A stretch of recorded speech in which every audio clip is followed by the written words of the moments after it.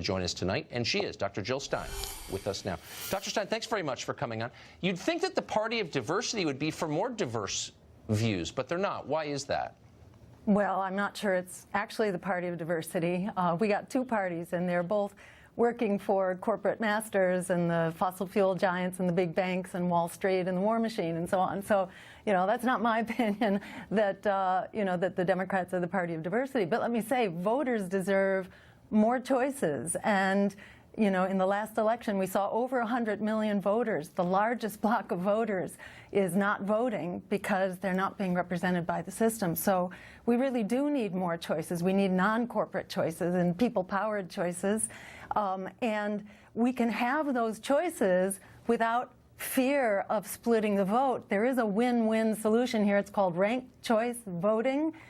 The state of Maine just passed it. It's used by millions of voters around the country. So it really makes obsolete this whole issue of, the struggle between, well, can we have choices or do we have to force people into two pigeonholes that, the majority of voters, almost 60% of voters are saying that we need a new independent political party because they're tired of being thrown under the bus by the other two, whether we have Democrats or Republicans. It's not working out so well for everyday working people I think that's probably don't have health care. They're locked into debt and so on. We need more choices, and we can have it. So let's not keep that a secret. We should require, these electeds to actually pass a simple reform. The state of Maine just did it. It's available to us right now. We can have it before the 2020 election. I've followed that pretty closely because I'm interested in Maine. I'm not sure I understand ranked choice voting, or many people in Maine understand it. But I wonder, the broader question seems pretty... Well, they think they do. Maybe they do, and maybe I will if I studied harder. But the broader question of should you have... You could not. Trust me, I've tried. But here's the broader question. Why do the media cooperate with this effort to shut down anybody who offers an actual choice to what we have? Why wouldn't they be open-minded enough to let the candidates speak their piece, let voters decide, and the system work the way it's supposed to? Why do they have to crush people, accuse them of being Russian agents, if they have a different view?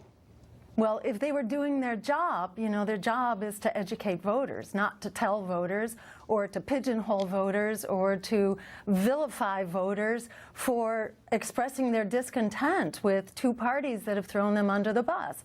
In the last election, we had two candidates who were the most disliked and untrusted in modern history, and 75% of voters were screaming for open debates. They wanted to hear from the Libertarian and the Green. They wanted to hear a debate about, for example, our war machine, which is going full speed ahead right now. The last tax day, the average taxpayer gave over $3,500 practically to the war machine and $40 to the EPA to give us clean air and water. How's that working out for us? Not so are you well. going to run it? This needs to be debated.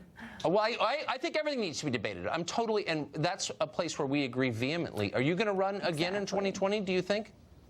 I do not have any plans to run at this point. There's plenty else to do, and I feel like I've done my duty this time around. Yeah. And it's time for someone else to carry that banner. But I'm certainly fighting for the cause of more voices and more choices in our political system. I agree with that 100%. And you're not a Russian agent if you think that.